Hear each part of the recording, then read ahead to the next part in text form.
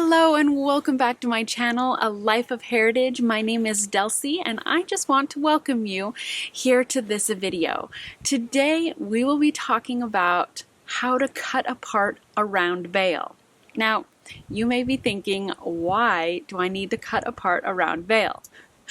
But I think that there are definitely some reasons to do this, and if you do it properly, it can be done quickly and easily and really without a lot of hassle. In previous videos, I've mentioned how difficult round bales can be. I find round bales, they make me want to cry when I know that I have to feed them because they are hard to deal with. You end up with a pitchfork trying to scrape off and scrape off and scrape off, and you got to do it in a uniform way around the bale, otherwise you end up with the pieces locked in and intertwining, and then you can't get off any, and then if it tips over it's a big mess. And anyways, I find round bales to be really difficult. So when we had an opportunity to get this sandfoin hay for my goats in round bales, I thought, oh no, I want to use sandfoin for my goats, but I don't want to deal with a big round bale. And so Bill then came across this idea of cutting it with a chainsaw, and it has really worked well. And so we wanted to share with you about how to do it, because cutting it like this, it helps to open up the bale and take it apart. And that is really helpful when you're feeding. And really, in the end, it will save you the time, the frustration of feeding a round bale. So join us as we cut this bale apart and show you how to do it.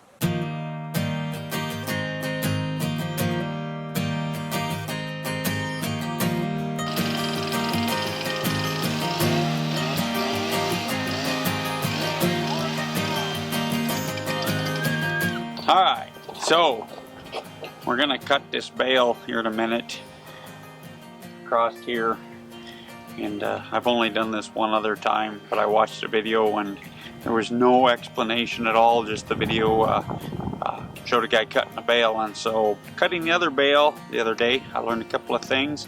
One of the reasons we're going to cut this is it hopefully will make it easier for my wife to feed, since we didn't get all the square bales put up we wanted to, didn't have a chance. So we found the sandpoint hay from a friend of mine. I set this bale over here earlier. I did cut the bottom of the net wrap already before I set it down with the tractor, but we want to make sure we remove all the net wrap, or if it's twine. Some bales are round bales have twine on it, but we want to make sure we remove all the net wrap, just to make sure we don't get it tangled up in our saw. So that's the first thing we're going to do, is pull the rest of the net wrap off. Always do your best to pick up all twine, net wrap, and dispose of it. One thing I did learn from cutting the other bale, you want to use the top part of your chain bar, this part here, not this. This side here actually sucks it down into where this guard is here, and it'll actually plug your saw up. I actually did just clean it out again. You'll probably need to clean it out anyway, but this side here throws it that way, the hay and whatever else that way, as opposed to this pulls it down in here. Like I say, we're going to use this. I'm going to cut it up here predominantly as high as I can, and it may take two cuts. Longer bar may help, but anyway, this is a 20-inch bar, so we're going to do what we got here and see how this works. And like I say, hopefully it'll make it easier to feed this bale.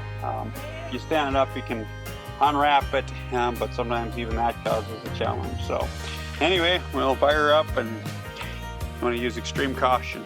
My middle name, I am sure, is Caution. That's why they call me Wild Bill, right?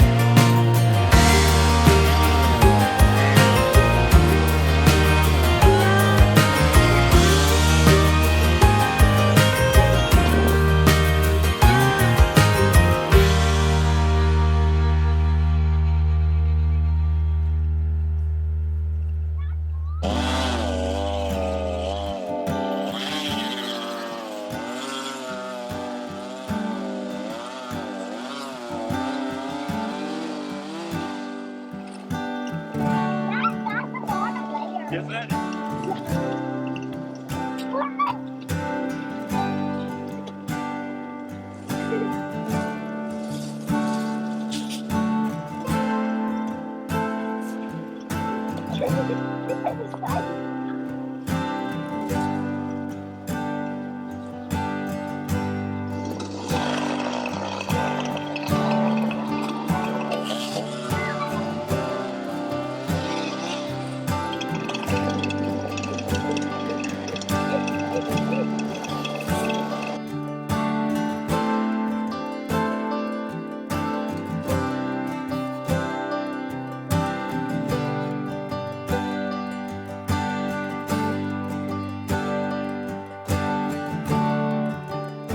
So follow the tips that Bill mentioned if you end up getting or have already round bales that you are feeding to your animals and you find that it is really difficult to feed them.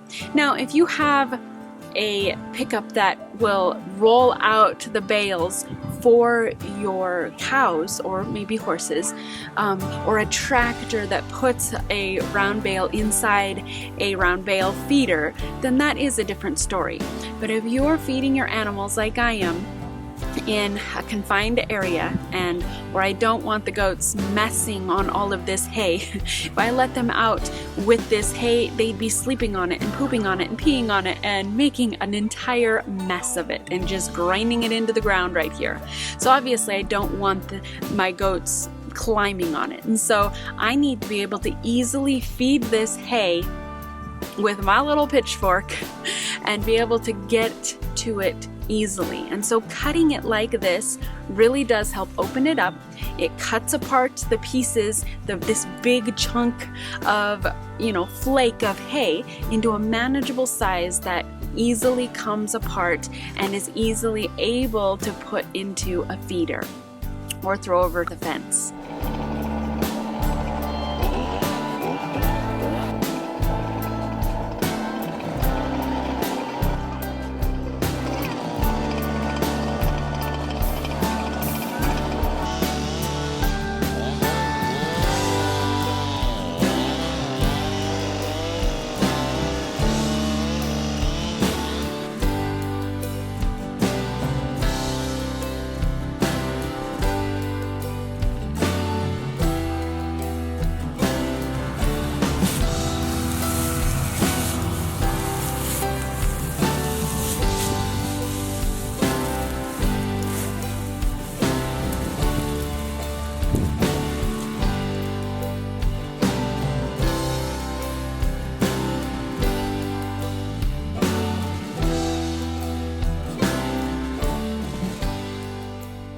We have never set a bale in this exact location before. We have never fed a round bale to my goats, and so we did learn something about that whole process. When you do choose your location for your round bale, try to think about where to put it, and remembering that when it opens up, so you have your round bale, when it opens up, it really does take up a lot more room this way.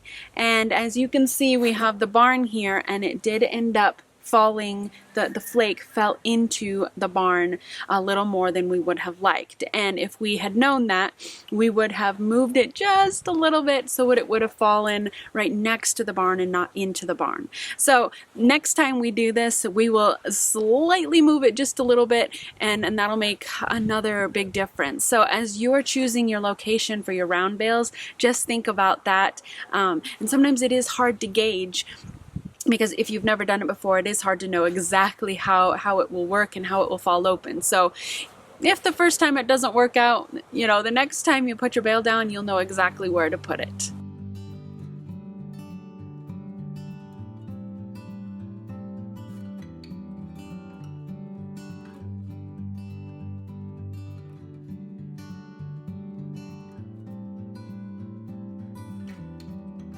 One of the reasons that we chose sandfoin and want to try it out is to see if it will help our milk production go up. It is a hay that has a stem that, and just the hay itself, they have found will not cause cows and goats and ruminants to bloat like an alfalfa hay will. And so that is one plus of sandpoint. It's also found that the stems of sandpoint are more hollow, and goats and animals that are pickier about their food actually enjoy that stem more than an alfalfa hay or other hay sources. So those are more reasons that we have decided to try some sandpoint. So we will see what happens and if my goats like it, and if it does help the milk production. If you found this information helpful, please hit that like button, and also don't forget to subscribe and hit that bell button so that you will be notified when more great content on A Life of Heritage is uploaded. Thank you for watching. I hope that was interesting. I hope it was a good tutorial to show you how to do it. And if you have any questions about this, please leave them in the comments below and let me know. Have you done something like this before?